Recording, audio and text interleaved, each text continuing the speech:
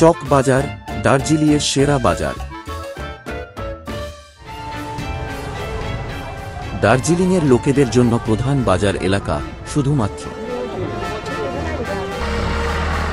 1920 সালে স্থাপন করা হয়েছিল। এর আগে এটি একটি খালি প্লট ছিল যেখানে বাদ্যযন্ত্র অনুষ্ঠানের আয়োজন করা হয়েছিল এবং শহরে আসা বিশিষ্ট ব্যক্তিদের স্বাগত জানানো হয়েছিল। কেন এলাকাটিকে বাজারে পরিণত করা হয়েছিল তা সঠিকভাবে জানা যায়নি। সব মিলিয়ে সম্ভবত কর্তৃপক্ষ এর জন্য ভালো জায়গা খুঁজে পায়নি।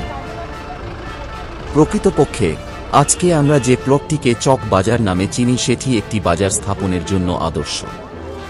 হিল কার্ট রোডের ট্যাক্সি স্ট্যান্ডের পাশে শহরের নিচের অংশে অবস্থিত এই সমতল জমিটি চারদিক থেকে অ্যাক্সেসযোগ্য।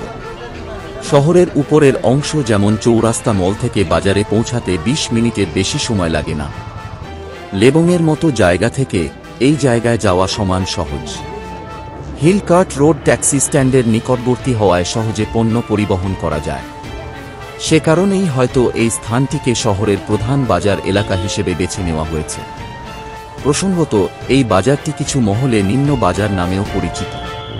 প্রাথমিকভাবে চক বাজার 180 বর্গমিটার পরিমাপের একটি খালি জায়গা নিয়ে গঠিত।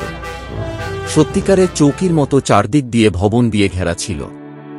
শুরুতে ব্যবসায়ীরা তাদের মালামাল দিনের বেলা খোলা আকাশে প্রদর্শন করত এবং রাতের দিকে সেগুলি প্যাক করে নিরাপদ স্থানে স্থানান্তর করত।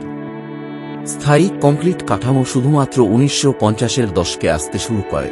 এখন সবজি থেকে শুরু করে গার্মেন্টস এবং অন্যান্য নিত্য প্রয়োজনীয় জিনিসপত্র বিক্রির দোকানে ভরপুর। বাজেট সচেতন পর্যটকরাও বাজারের অভ্যন্তরে ছোট উপহারের দোকানগুলিতে যুক্তিসঙ্গত মূল্যে সুন্দর নিকন্যাক্স খুঁজে পেতে পারেন।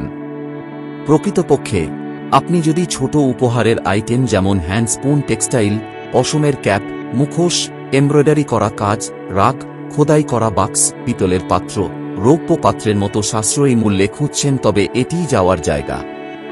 যাই হোক, এর মতো জায়গায় সেরা মূল্য পেতে একজনকে একটু দর কষাকষি করতে হতে পারে।